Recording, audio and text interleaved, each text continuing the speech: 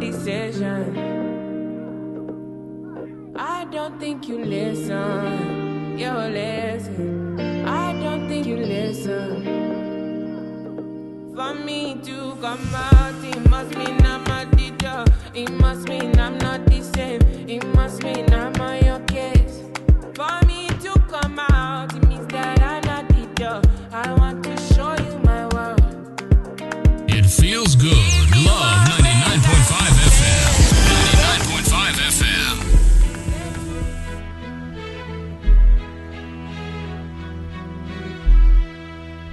And your girl gets this message that you ain't coming back. She's sitting back in a room, the lights is off, she's crying, and then my voice comes in, pow, in the middle of the night, and this is what I told her for you. Every time I make a run, girl, you turn around and cry. I ask myself why, why? See, you must understand, I can't work a 9 to 5, so I'll be gone till November. Said I'll be gone till November, I'll be gone till November. You tell my girl, I'll be gone till November, I'll be gone till November, I'll be gone till November. You tell my girl, I'll be gone till November. January, February, March, April, May. I see you crying, but girl, I can't stay. I'll be gone till November, I'll be gone till November. And give a kiss to my mother. When I come back, there'll be no need to clock. I have enough money to buy out the blocks. Tell my brother go to school in September, so he won't mess up in summer school in the summer. Tell my cousin Jerry wear his condom. If you don't wear condom, you see a red rum. Whoa, oh, oh, oh. You sucker MCs, you got no flow. I heard your style, you SOS. So every time I make a run, girl, you turn around and cry. I ask myself why, oh why? See, you must understand, I can't work a 9 to 5, so I'll be gone till November. Said I'll be gone till November, I'll be gone till November. You tell my girl, I'll be gone till November, I'll be gone till November, I'll be gone till November. You tell my girl, I'll be gone till November. January, February, March, April, May. I see you crying, but girl, I can't stay. I'll be gone till November, I'll be gone till November. You'll give a kiss to my mother. I had to flip nothing and turn it into something. Hip-hop turns to the future of rock when I smash a pumpkin. Commit treason, then I have a reason to hunt you down. It's only right, it's rapping season. Yeah, you with the loud voice, posing like your top choice voice. I make a hearse out of your Rolls Royce. Besides, I got my girl to remember, and I committed that I'll be back in November. Every time I make a run, girl, you turn around and cry. I ask myself why, oh why? See, you must understand. Alright, so you're still tuned to Love 99.5. This is Love in the Morning, and it's now some 25 minutes to hit 8 o'clock. And it's the 1st of November.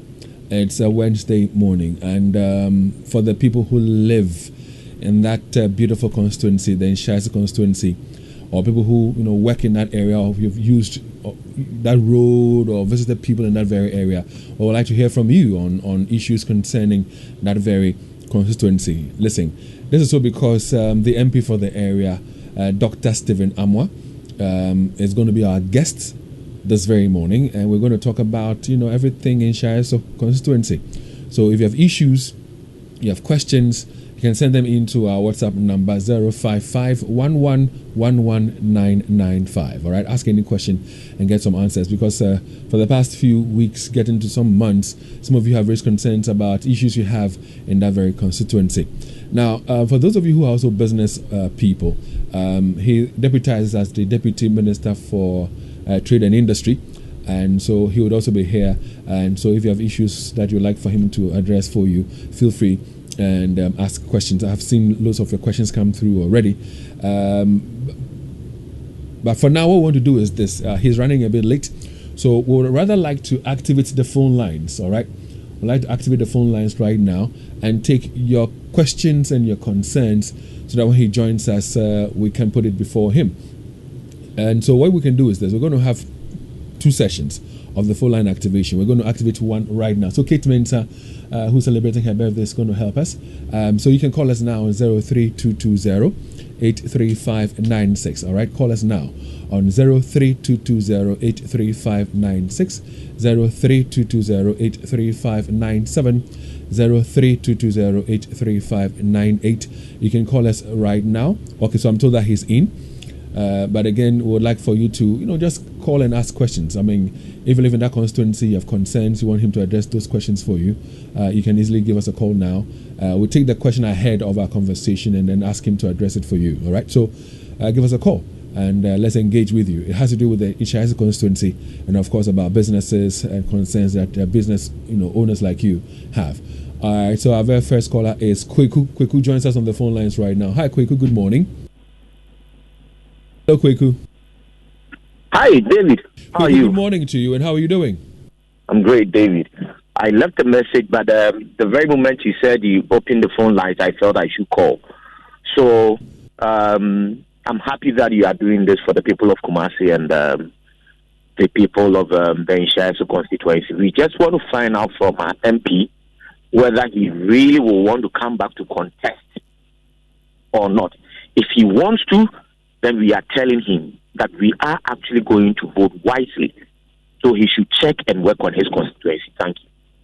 Leo is taking down that question from Kweku, and we'll put it before the MP for Nhyiaeso, who's already joined us in the studios of Love 99.5. Pablo is also on the line. Hi, Pablo. Good morning. Yeah, good morning, Ken Dave. Welcome, sir. Let's hear you. Right. Good morning, Ghana, too. Please, I want you to ask my honorable speaker, the honorable minister, now when is he going to fix Sokoban to JYD stretch? Please. He's a minister. At the same time, he's a member of parliament. What he can only do to the people living there is to fix the road for them. That is the benefit they can get from him.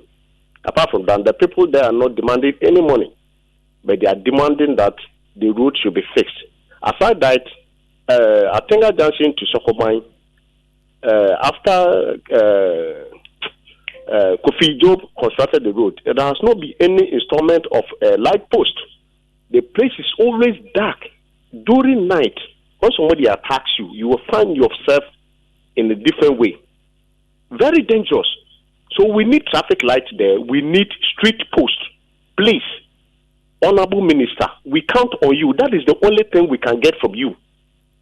That is the only thing. So we hear you, Pablo. I'm being told we can pick one more call for now. Just let's pick one more call for now, and then we'll engage with the minister. Hi, good morning. Good morning, David. Yes, boss. What's your name, sir? My name is Kwame, David. Kwame, good to have you, boss. Let's hear you. Yes, David. Once again, thank you for the wonderful work that you are doing for Kumasi. David, I'm pleading with you to also invite our MP, Chumako Angoma, the Honorable Deputy Defense Minister. Thank you, David.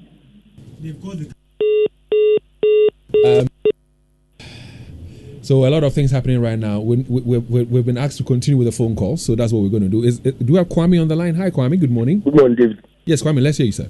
How are you? Very well, Kwame. Good to have you on the show. David, I have just one question for him. He's an MP of a very high residential area like Nhyiaeso. He should ask himself if he's happy that the road from DBS to Parakou Estate has been closed down for about almost 2 years. As an MP, how does he feel? So that's from Kwame. What does he? All right, so he himself has noted it down. Leo Stanley has also noted your questions down. Let's speak to Kofi Bedu. Hi, Kofi. Good morning. Hi, Dave. How are you doing? Good, Kofi. Welcome. Thank you very much, Dave. Dave, I think that insurance constituency has a municipality, isn't it? So if you have a municipality, then I think that once you are invited, you should invite the MC together with him in order for us to get the adequate answers that we may need from him. Because if he comes and says that the development of this area or that area is in the ambit of the NCE. Then how do you know? Because if you come to my constituency, that is our small constituency, we have the MP, in this case, who is representing the NDC, and then we have them in the MP, who is also being appointed by the NPP. So I think if you are inviting them, this is only a suggestion. If you can invite both the MP and then the MC, in order for us to get enough answers that we are looking for. Thank you.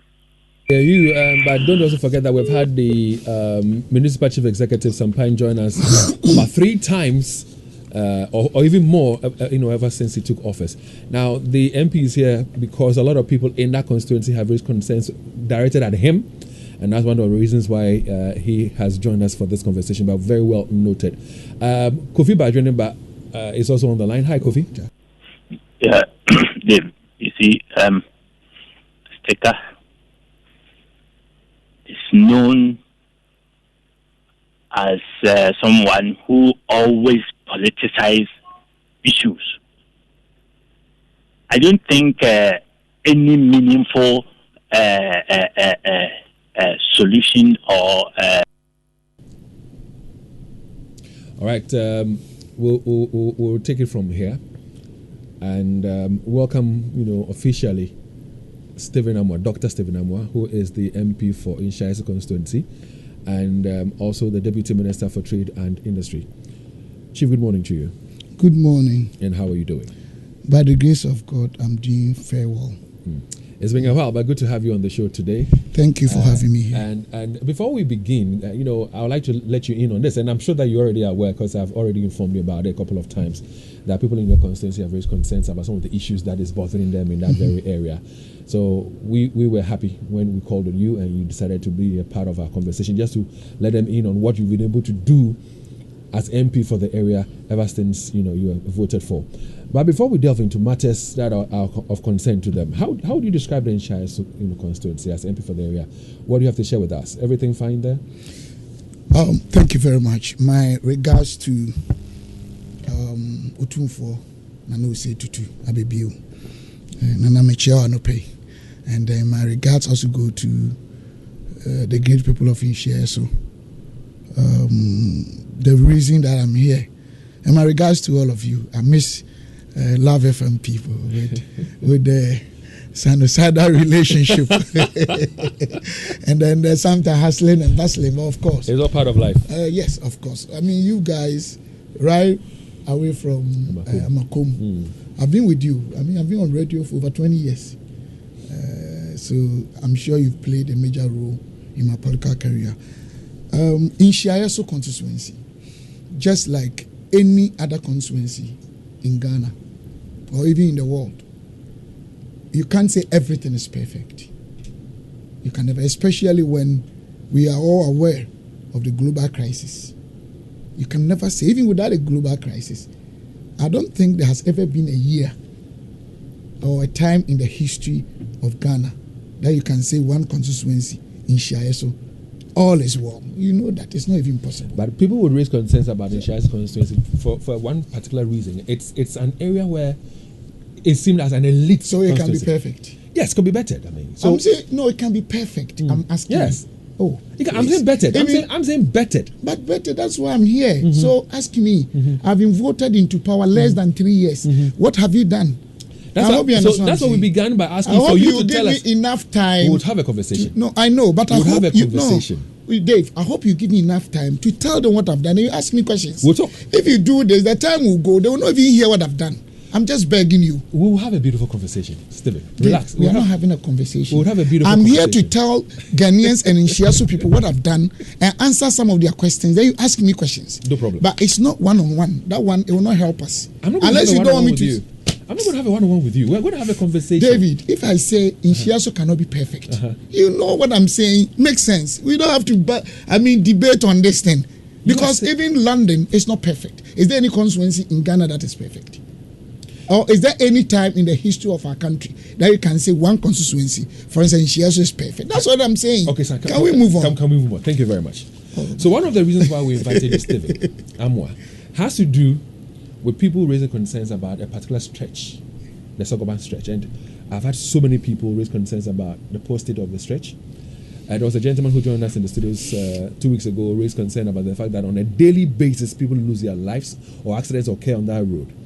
So, for people who live in that area, and as MP for the area, what do you have to say to them? And fortunately, the assemblyman we know last week went to KMA, we told God a grader, fueled it, and has graded the road, so it's a bit more trouble now. But what do you have to say about that stretch? Okay, thank you very much. Dave, before I say that, just give me time to say what I've done. We'll talk about the things you've done. I know, Dave, you've given me time. Just allow me space, or you don't get it. I will answer this, but I also think it's very important that I tell Nhyiaeso people what I've done. Then I'll move to this. Or you don't get my point. It's all my time. Well, I am moderating. Okay, I'll talk about it. I'm moderating. Please, thank you.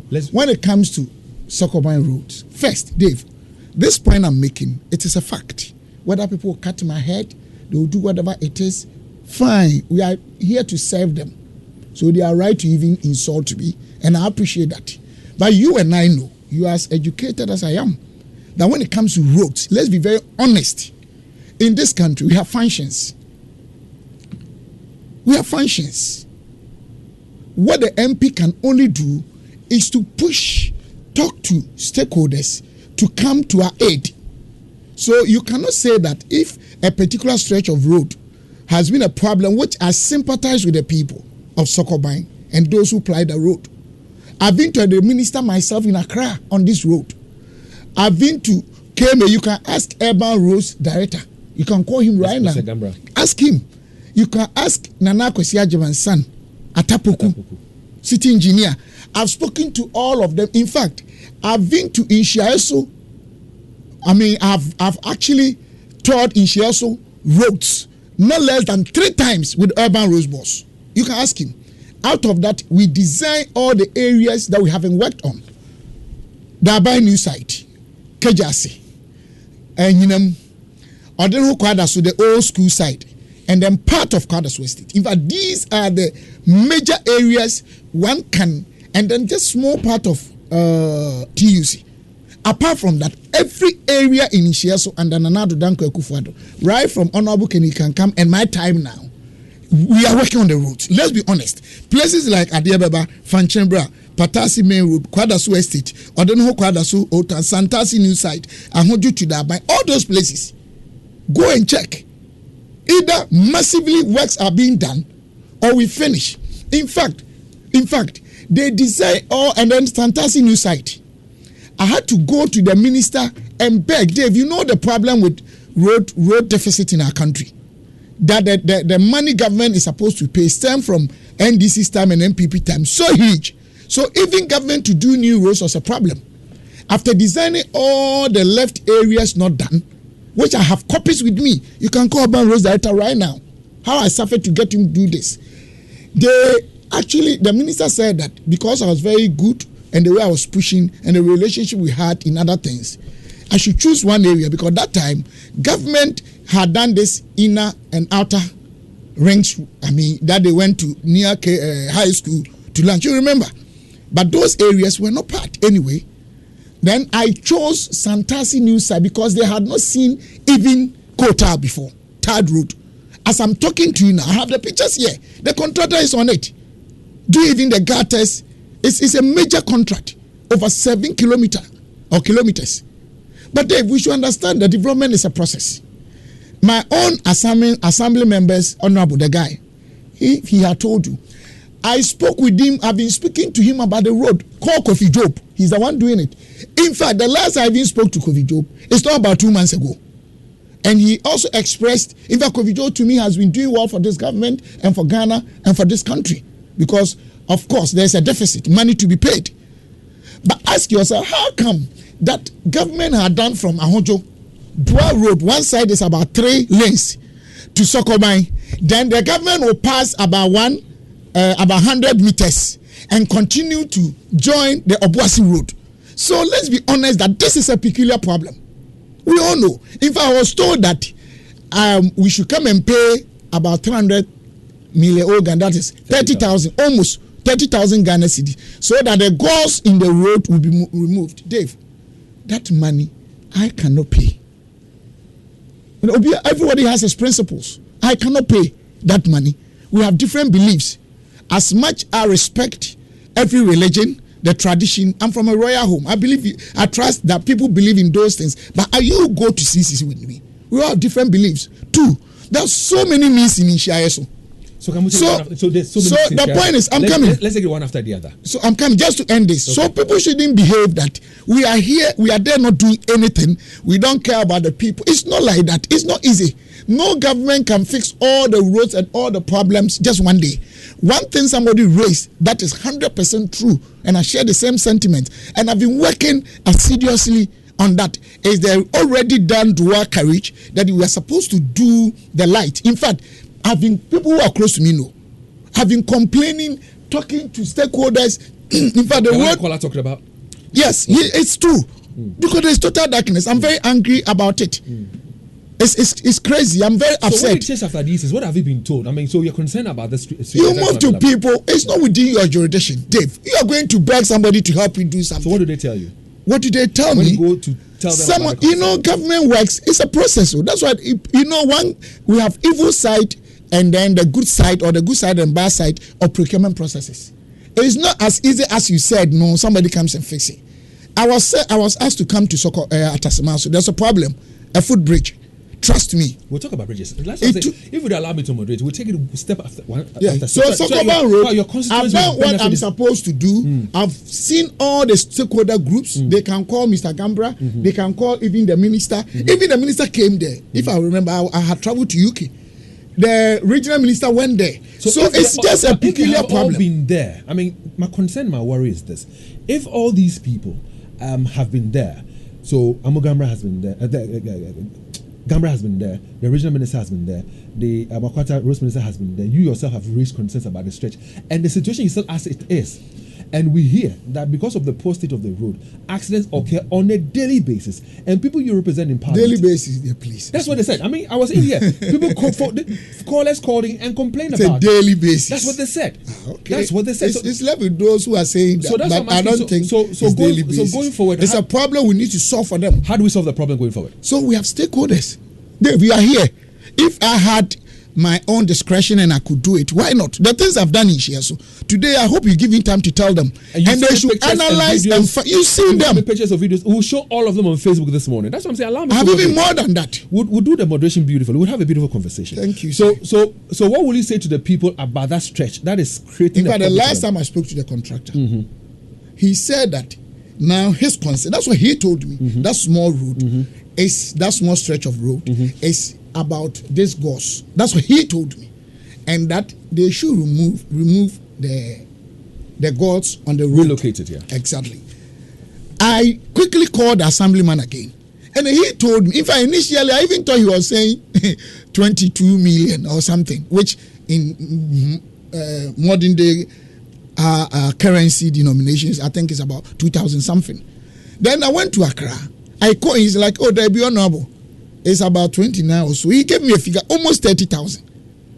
And I said, wow, how could somebody afford 300 million to remove gods? According to you, can call Kofi Job. Don't worry. He's in here. So bottom line, how are we going to tackle that problem? If you say how, then it's like it's my direct jurisdiction. No, it's not a direct problem. What I can do is I've spoken to all those that matter. You know, the decision is not me. I hear. So you understand what I'm saying? So for the people of that area, as MP whose main mandate is not to construct roads, he has tried to pull all the strings he can, but the problem still is there. He's not going to give up on it. Of course, not at all. But as it is now, that's the problem. They cannot raise the 30,000 to relocate the shrine for that stretch to be constructed. That's what it is.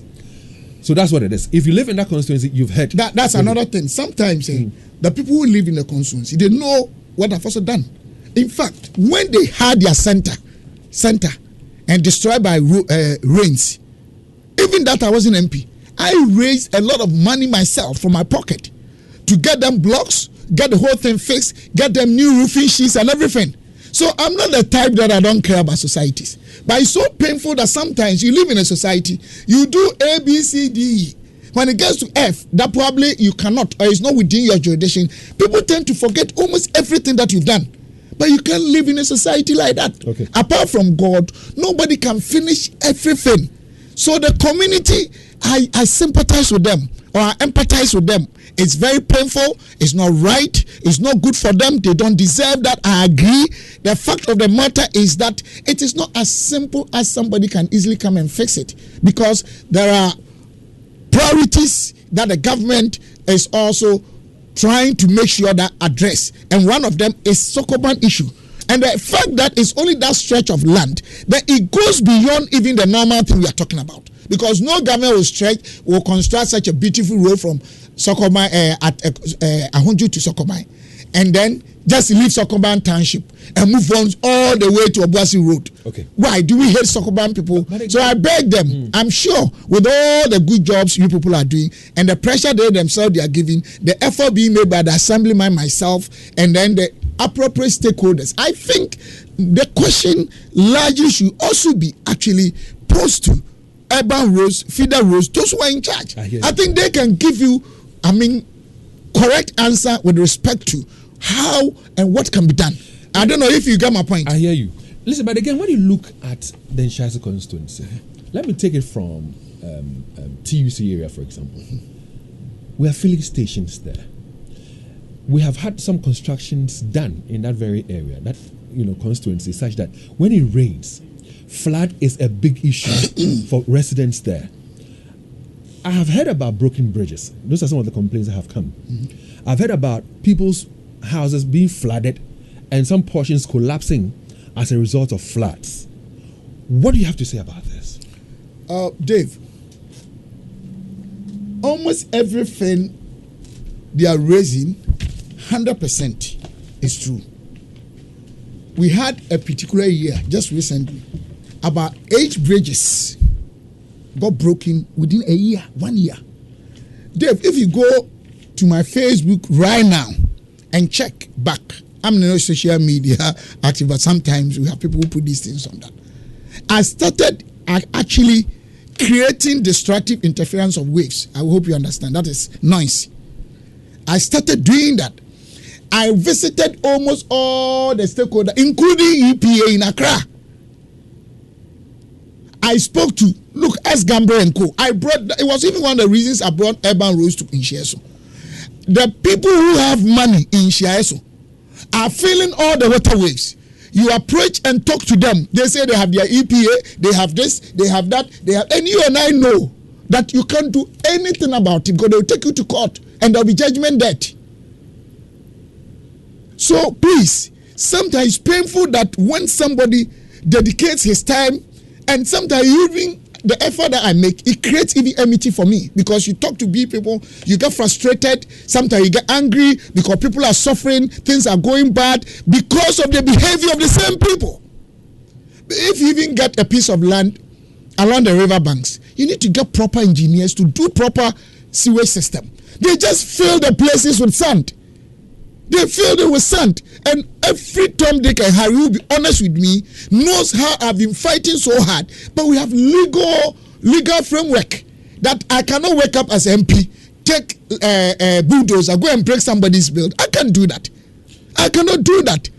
Look, there are a lot of good things. Santasi Nusa, before I became MP, every year when there is rain, people wail. It's like houses. Go and ask them right now.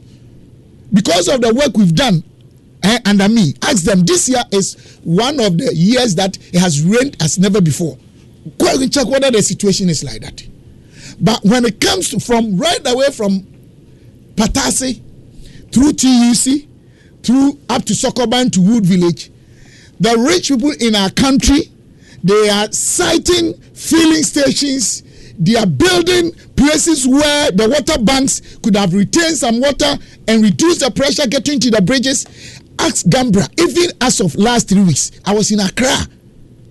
You can call the urban roads boss in Accra if I'm lying. I'm working so hard to get more bridges. It's what I did that got us 3 bridges. Now I'm fighting for the 4th one that they are working on right now. You can ask Gambra If you have his number, I can give it to you. It's not like we are sleeping. Gamba is a friend of the show. So call him. All that I'm saying, Rana, I can call him on live and then tell him I've said this if I'm lying. So from what you're saying, we have become lawless people. Oh, but you are surprising me that a lot of we are now becoming lawless. And we cannot do anything about it. I'm not saying people are suffering as a consequence. Boss, you go to them. And even sometimes when you want to go outside the law, if you want to go outside and be a little bit aggressive because people are suffering, Papa, within 10-20 minutes, the same people that are complaining, some of them, the way they will call you, you hear this person, this big man, Sticker, you say we are doing this, Sticker, slow down, Sticker, they have their papers, Sticker, you are that. The same people. I don't get it. Hey, let me give you this instance. See what we are doing at State Experimental. It's become one of the model schools in the whole Ghana now. Go and check. Because your station complained and they even cited the MP. How? But because of that, I had to support. Go and check what is being done there. We bought iron rods and some people came and stole the iron rods. No, I want to end with this. Allow me. I'll come to you. What we want to do now is this. If you join us on Facebook, we are going to catalog for you what the MP has been able to do in that area. Yesterday, he furnished me with a lot of videos and a lot of pictures. So if you join us on Facebook, we want to take it sector by sector right now. So Joel Abiej, you allow me to list all of them. Joel Abiej, let's take it for starting from education. The pictures and the videos that I finished you with, and we'll come back to some of the things that people have raised still, because I don't understand why some of the things are allowed to go on in Nhyiaeso constituency the way the things are right now. We'll come back to them, but let's take a look at education and what he's been able to do, because as MP he has a common fund, as MP he gets the Get Fund. How well has he been able to put it to use to benefit the people of Nhyiaeso? I remember when I came to Kumasi somewhere in the 90s, 1991. Nhyiaeso International was one of the finest, schools in Kumasi. Along the line, well, it suffered some kind of challenges, but according to the MP, he's been able to put his common fund and I'm sure the Get Fund to some very good use. Not people in the primary sector, but up to even the senior high school level. So let's talk about education. Fine. And you can speak to the monitor. If you watch the monitor, what you're seeing. I've got greater things. They should show all the nice one. You speak to it, and the guy. In the first place, I've never seen my common fund before. I've set up committees. Go and ask KME. I've never touched my common fund. Out of my common fund and my own pocket money, I have provided for 2,200 basic school children in terms of certain facilities. Desks? Yes, and tables. You can call the headmaster. So, Joe, if you can show some of the desks, these are buildings. No, we presented them. Yeah, I don't know, not this one. No, I'm saying that. Don't worry. No, allow him. Yeah, that's what I'm saying. Yeah. 2,200 school children. I did 1,100 WA desks. So the schools are there. 2. All the secondary schools in Nhyiaeso, I've provided them computers. You can ask. Some of them say, I didn't know even me. They weren't even having any computer. All the secondary schools? Yes. So you're talking about Opokuare School? Opokuare, St. Hubert's, KSTS, Prince of Peace, Kufo. The one you at get the computers? Go and check. How many computers? Oh, Opokuare, I'm sure Opokuare will be getting more than 10. Others have about 5 computers. They were not having any. At least Hubert's told me. Go and check. Opokuare, they've taken the second trench of that. Apart from that, I've bought what is called Ristograph. Ristograph is used to print mass questions. So because we do MPs mock sometimes. Aside that, we have renovated Kwadasua State, a whole block that was so dilapidated. Aside that, in fact, go and check right now today. If you go to State Experimental, you don't know that is the school. Go and check. Aside that, we've given scholarship, both local and foreign, to some of the students, a lot of them. Go and check. In fact, even the preceding years, things are tough for the government and being economical. Let's be honest. When their monies are being delayed, sometimes, Dave, I have to struggle to get my own money, send indoor pounds to some of them to pay the accommodation. Your own money? Don't let me swear on air. The things sometimes we do and people don't appreciate. You feel pain in yourself. So why do you have to go through all this? It's not like I am the Canadian Japons and then, sorry to say, the big people and the rich people. First time MP. Look, in terms of even building Kofo School, I send them 100 million to help them build their wall. You send them 100 what? Million, like 10,000 Ghana cedis, to build their wall, to support them build their wall, give them lights, go to Prince from of a common Peace. fund or from your own pocket? That one is from my pocket. If you go to Patasi School, I've constructed water from my own pocket. Oh, you're a rich man, eh? Rich Oh, MP. what is rich? I'm asking. I'm not rich. That is why. No, because of my passion for people. And when you do this, they are discouraging people who are very good to do things right. No, I'm just asking. No, You I'm look at as you as an MP, unless because maybe you have some businesses on the side. But you know me, That is thriving. Dave, when you knew me about 20 years ago, You're into farming. Farming, You're into pharmacy, construction, and all that. I do consultancy. That has been my main job. I started cleaning in London 1996. Is it 96 or 97? Over 20 years ago. You know, when I used to come to Amaoh around, but those are over 20 years ago. I was using my own car as a small boy. I worked so hard. Okay. So that's what you've done for the education sector in the constituency in Nhyiaeso. Yeah, you've given desks, water, you have given water, computers, scholarships, and then you've given them a machine that prints questions. Mask or your friend or ristograph. In fact, me myself, I didn't know about that. Ask them. All right. So that's for education. Education. Now, one of the key concerns that the people of Nhyiaeso had years ago is security. And I remember Nhyiaeso Sasaridonko, the GGA, journalist of the year 2023, for example, will come and report about. But I'm surprised that all the nice stretchers, the tables I was presenting, they are not showing that. It's been arranged and to be shown on Facebook. What do you say is not what I had done? I'm saying that it's been arranged and it's going to be shown for you, don't worry. But again, talking about security, there are occasions where we heard about people, having been killed and all that in that constituency. Tell us about security. What have you been able to do to help the people in that area? Dave, I think one of the things we should also use is when people want position, the things they say they will do, we should always mark them by that, because based on that you voted for me. For instance, the school things I'm talking about, they knew what I said. That when it comes to, look, one headmaster told me that since I became MP, honestly speaking, if it comes to tables and chairs, they don't think they have any serious problem to complain. You can go ask the headmasters, because I promise, when it comes to security, I told them I was going to do everything within my best possible to provide in Nhyiaeso exclusively at least a security pickup. Go and ask Toyota Hilux. I bought this security pickup. We started paying using my common fund and my own monies I get. And I will finish paying. We have a brand new security Toyota Hilux solely for Nhyiaeso. I've seen that one. You've seen it? Solely for Nhyiaeso. They've not done rich. And Joe, I'll project the pickup is something about. But so providing a pickup for the area, how is it helping fix the security challenges today? How is it being used? For instance, the model was assemblymen to have about 5 to 20 young guys, so that they will manage this whole security, so that in the evenings they will be kind of patrolling with that. We already have security systems there, stations. I've supported each of them, whether big or small. I gave the other one motor. I think I gave them fridge or so, and then the other one too, I gave them 5,000 to support, because they are small police stations. Sometimes I pass through, support them financially, gradually, small. I do all those things.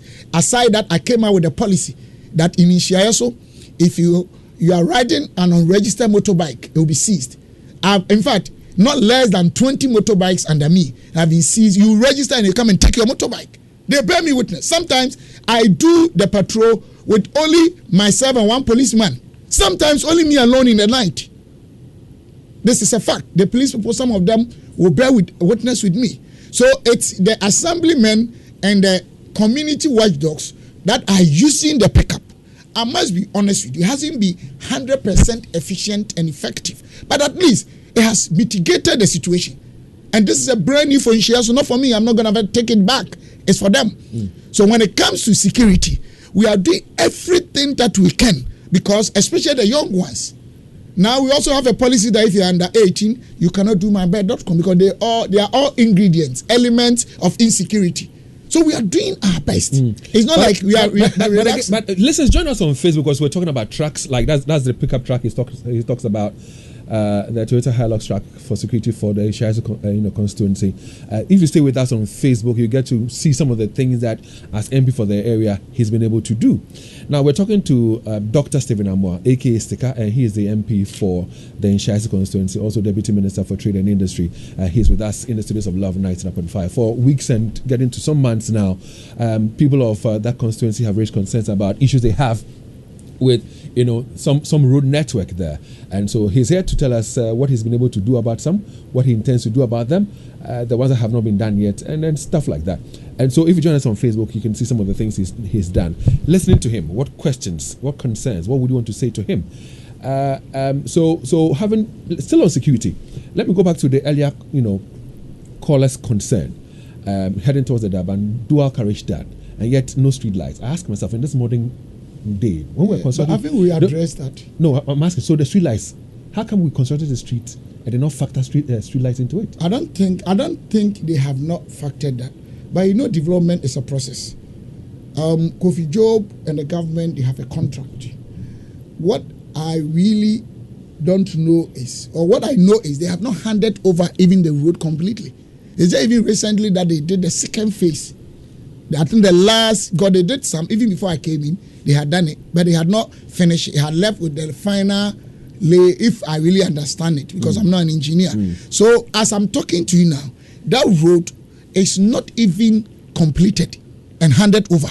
So it's still in the process.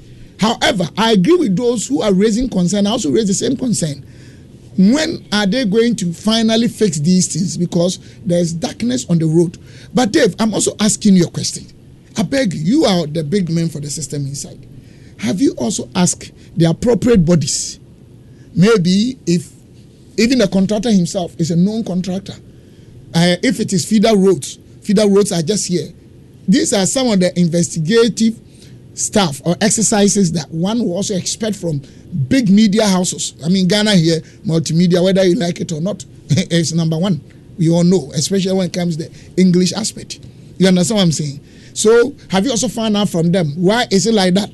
Because it's also going to help the people to know the right sources and places they should take their information from. It's also not wrong they also ask MP or Assembly or anybody. But the same way they are complaining, the same, except that I'm ahead of them. So I also move further to talk to those who are in charge. I don't know if you understand, but sometimes when you are begging people to do something. I speak to Gambra a lot. He's the original, boss for the urban road. So I speak to Gambra a lot. Unfortunately, I've had the privilege of speaking to him once on radio. Oftentimes, Gambra will, give you all the information behind the scenes and tell you all the challenges they're having behind the scenes, but wouldn't want to come on radio to speak to. Has he ever told you? I've moved him and his team to Nhyiaeso about 3 times. You and I, you and him, your conversation has not come up in our talks. But so we've seen and heard what you have done by way of education. And if you are ahead in that area, in that Nhyiaeso constituency, you have a school there. If what he's saying, you think that your school has not benefited, let's say from the desks or from the computers and all that, you want to challenge him, feel free. If you've benefited from him, you want to give him thumbs up and say kudos to UMP and do more, again, feel free and let's know about it. They should find out from the schools. You can drop comments on our Facebook page. It will be difficult for somebody to know that I've signed the chair, except those who came there who were doing the handing over, and the headmasters and the teachers. You can drop comments on our Facebook page on LUV 99.5 FM. Join us. But have you seen the nice school structures? These are the desks that these are the desks. They are now bringing the things I've done.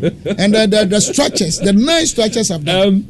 Aside from that, he's talking about security. We showed you the pickup that he's giving. He says he's giving some motorbikes as well, to some, areas to help fight crime and all that. Those are pictures of the computers that, have been given. And so if you stay with us on Facebook, you see some of the things he's done. Let's talk about health. Before we go health, give me just 1 minute. I think one of the areas they were raising was the bridge. Yeah. Which I spoke. We've done 8 bridges have collapsed. We've done 3. I'm pushing so hard. Last week I was in Accra, Urban Roads head office. They are working on 1 to do. In fact, sometimes even to get the contractor, after you have pushed for the thing to be approved, you don't get contractor because they say they are not being paid. Yeah. It's very difficult. It's not easy. When it comes to food bridges, now we finished at Amaoh food bridge. We finished the Nyame food bridge. In fact, even that was they used my common fund. But when it comes to the Abanu site, there was this small thing that was preventing vehicle in terms of was making not motorable. I had to use my own money. Even now, we are now going to open it this week. I had to use my own money to get iron rods, get cement, get masons. The one they were insulting you that you finished the road that you don't want them to use it. They've started there. Oh, come on. They say you completed the stretch and you don't want them to. No. But me, I have to take some time to clearing stage to dry up and all. I'm not expert. This week it will be about 21 days. Okay. Then we can do it. But trust me, it's from my pocket. I'm not rich. I can show my bank account. How much did it cost you to do that one? Oh, do you want me to say this on air? What is wrong if you say it? Oh, about 10,000. I see. About 10,000. Let's go to health now. In terms of health, what have you been able to do for your people in that constituency? In terms of health, we haven't done much. But Dave, I can tell you this. My predecessor had chip compound at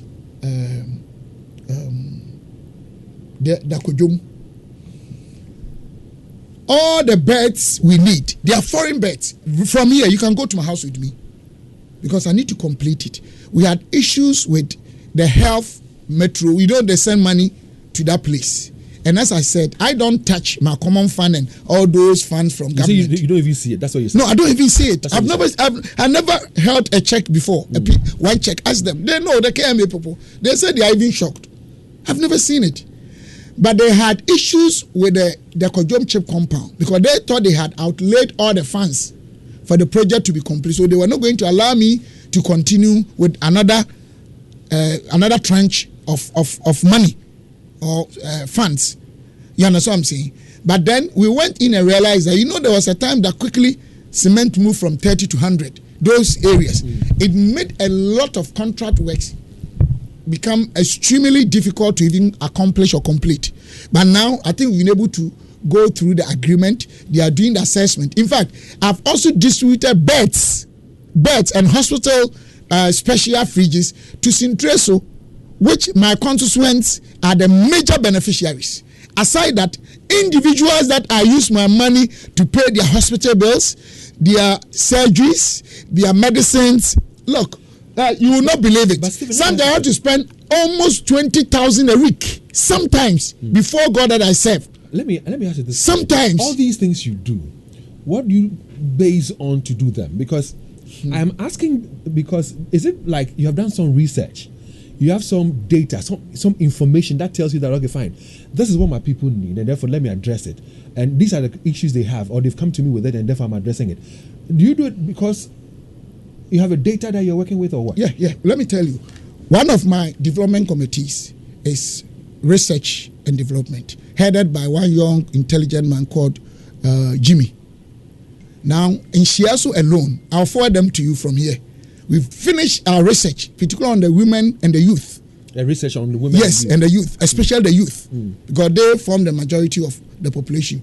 Now, we know those who live with their parents, those who do not live with their parents, those who are in school, those who finish school, those who are into artisan, whatever, those who are yet to get machines. So you have data? Stuff. We have them. What are you going to do with the data you have collected? The data has given us, or the system, the database has given us an idea of a segment of our population that needs A, B, C, D, because they have diverse expectations and needs and utilities. And based on that, we are doing our best to support those who want to be supported. We send some of them to immigrations, to protocols, and we know what we do all the time. We supported them to complete schools. We've given over 200, almost 300 machines to the youth. What kind of machine? Some for barbering, for sewing, and for dressmaking. You understand what I'm saying? So we are doing all these, but you also know, without even research, by observation, because observation is one of the methods of research in terms of, data collection. By observation, you know the needs of Ghanaians. I know education, unemployment, and then health. And honestly speaking, I've even set up welfare committee, which it hasn't been 100%. In fact, we just open an account because we're going through the processes. Before we do that, the monies I'm paying to support people who are in need of health issues, Dave, they are incredible. Sometimes I have to even borrow to solve people's problem. You understand what I'm saying? Sometimes. What legacy would you want to leave for the people of Nhyiaeso? I know when you were... But to be honest, the welfare is not for all Nhyiaeso. Okay. For only this one is for my MPP people. I don't want to lie because somebody will say I haven't gotten it. I've set up a modern small office with DSTV air condition, open from Monday to Friday. I pay the staff there myself from my pocket. What are they supposed to do? If you have a problem, you go and leave it. Okay. Then we call you. Some of them we cannot solve it. Paraku is there. They are all there. I want us to be able to wrap up and then have people. And of course, in Parliament. No, we'll talk about in Parliament. We'll get if you're talking about great people in Parliament, Nhyiaeso is blessed. That one is a fact. What legacy will you want to live for that constituency? I know that you said you were going to do a 2-term. Yeah. So what legacy would you want to do? That one day, 2-term, fine. So what legacy would you want to leave? The legacy I want to leave is that they will see a great difference within that short time. Look, as I'm talking now, we have AstroTurf. Nhyiaeso has never had AstroTurf.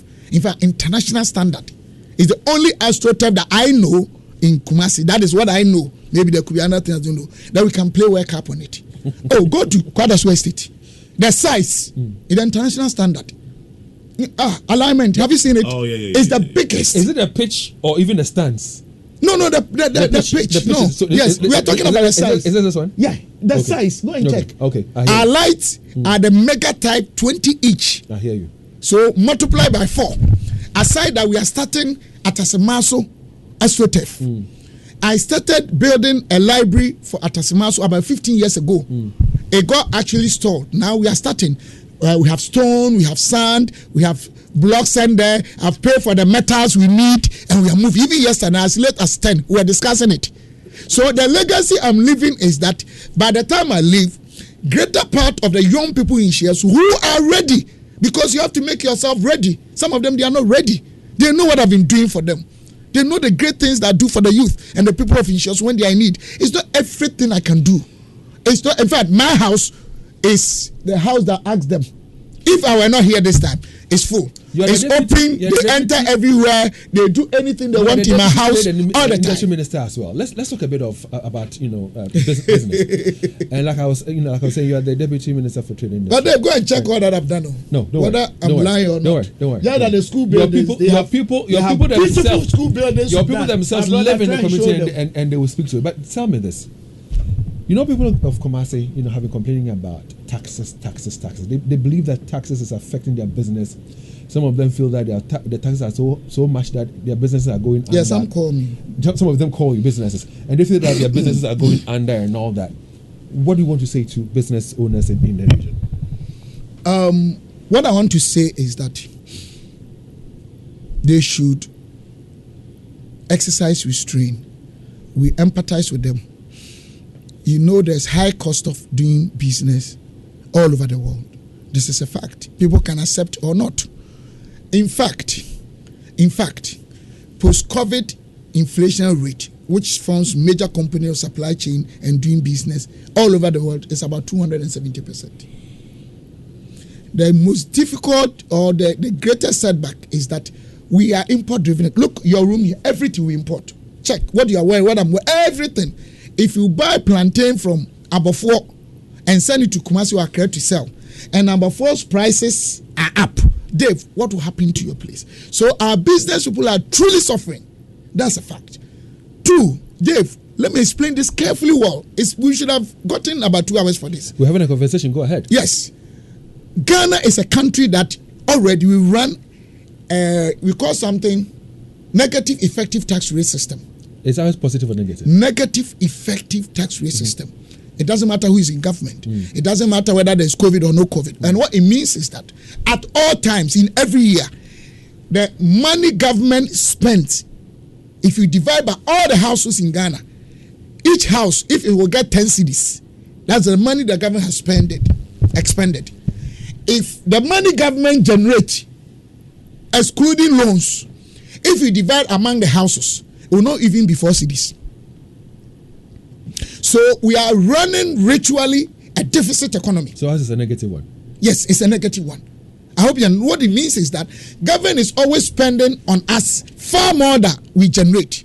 Some of the reasons are this. 1, those who pay direct tax, like you and myself, right from our salaries or emoluments, whatever it is, we are only 2% out of about 32 million people. Only 2%. 2% like this. I have seen the finger too. Again, then I'm coming. But we heard people say, let's expand the tax rate. Let's expand the tax net. Let's do this. So what is being done? I'm coming to the next one. Okay. Yes. Right. Then your question is very important and it's very credible. Secondly, we do indirect taxes. That is people buying and doing all those things. Dave, it's so painful. And this one, I blame now. If I even speak and blame everyone, some of my own MP, this is not NDCU. You know that these media people now, the website people, when you speak, they'll pick just an aspect, change the meaning, they give a caption, and they make news. Then your own MPP brother will go and take that thing, fake thing, and send it to the FKCM to go and destroy you. So even when I'm speaking, I get worried. These days, I find it difficult speaking to people. Because they change the story, and people are trying to bring you down. The problem that we have is that there are so many leakages in our system. Look, even the Nexus, this one, because it's not ethical issue, so I can mention it. Those who produce cables, electrical cables, the 3 main companies in Ghana, one has already collapsed. Second one operating at 50%. Other one at the verge of collapse. Do you know why? If they produce this 10,000 cedis item, those who import the same thing, this is direct cost too, excluding other cost. You have even other profit. Those who import, the retail price, the final price is even less than this. It's cheaper. Why? Because they don't pay taxes. They are colluding with some tax activity actors. It could be GRA, it could be anything, it could be politicians, it could be systems, SERPs, immigration. What are we doing about it? I'm coming. A woman called me, and I'll mention her name. And what she said, even though it was not right, ethically, it made sense. She said that when they import from Togo and other places, and Nigeria to this place, between Kumasi and Accra, they hold them, either they take money from them or they arrest them, so they spend more. Meanwhile, their colleagues doing the same businesses in Accra, they don't suffer what they are suffering. And the reason being that from Togo to Accra, they all come. Whatever bribe or whatever money they pay there. So when they get to Accra, they get their things into their shops. But between Kumasi and Accra, they are arrested. Then I asked the woman, do you go to church? She said, yes. I said, madam, be honest with me. Do you guys pay the taxes you are supposed to pay? She said, honorable, no. So her concern was that there is disparity in terms of economic opportunity and advantage so far they are doing their businesses. Because the Accra people will rather sell theirs cheaper. They are not arrested. So I'm arriving at the point that the taxes that we get in Ghana here are not the taxes that any government on this earth, apart from borrowing. And if you borrow too much, you destroy the fiscal space. You cannot consolidate it. And that is why sometimes our debt to GDP moves very high, because 2 ways government actually finance its projects. Either debt financing, which is borrowing, or generating revenue internally. And now where we are suffering big time is that one of the conditionalities, which even without a conditional, me as a finance and economic person, the only solution we can solve our current problem, instant, not a long term anyway, to mitigate it, is to generate money internally and reduce the rate we are borrowing. The loopholes. And once you do that, I'm coming. Once you do that, there will be more hardship or difficulties for now. I understand you, but the question again is: we know the challenges, we know the loopholes, the people who are evading or avoiding paying taxes. How do we fix that problem? I think the GRA people are doing well. I just unofficially I met the boss and I raised most of the concerns that my Kumasi people told me. We all appreciated what was going on. And then I said that there's a software. In fact, they are doing, that is why these days they even send some of their staff to go and sit where they are selling. When you go, the people say they will not agree. How come they are selling? Somebody is sitting there to see the things you are saying. You say you will not agree. How? You understand what I'm saying? So they are doing everything they can. But there's this software that I think they should look for, if they already have it. A software that every activity any business is doing, you can see it every day and know whether they are under declaring their staff, their sales or not. Because when people bring things, look, I remember 2017, Nana Addo Dankwa's government, taxes they reduced or they even entirely took away were 17 components, and they even decreased importation of goods and services by 50%. cars 30%. Yet people were under declaring they were under declaring the things they bring. If they bring 10, they will say 2. And seriously speaking, now the traders and business people in Kumasi are really suffering. That one, it is a fact. So the situation is also sad. This morning at 6, I was listening to the news like we always do, and there was this business news with our team in Accra, and there's a call from the sector minister, the trade and industry minister, KTM. Who, my boss? Yes, your boss. Oh, okay. And he's saying that traders, business owners out there should reduce the prices of their goods and even services, whilst government puts in measures to fix the economy. Don't take my word for it. I asked that one of our engineers, Francis Drewy, do some editing works on it for me. Take a listen to what your minister had to say.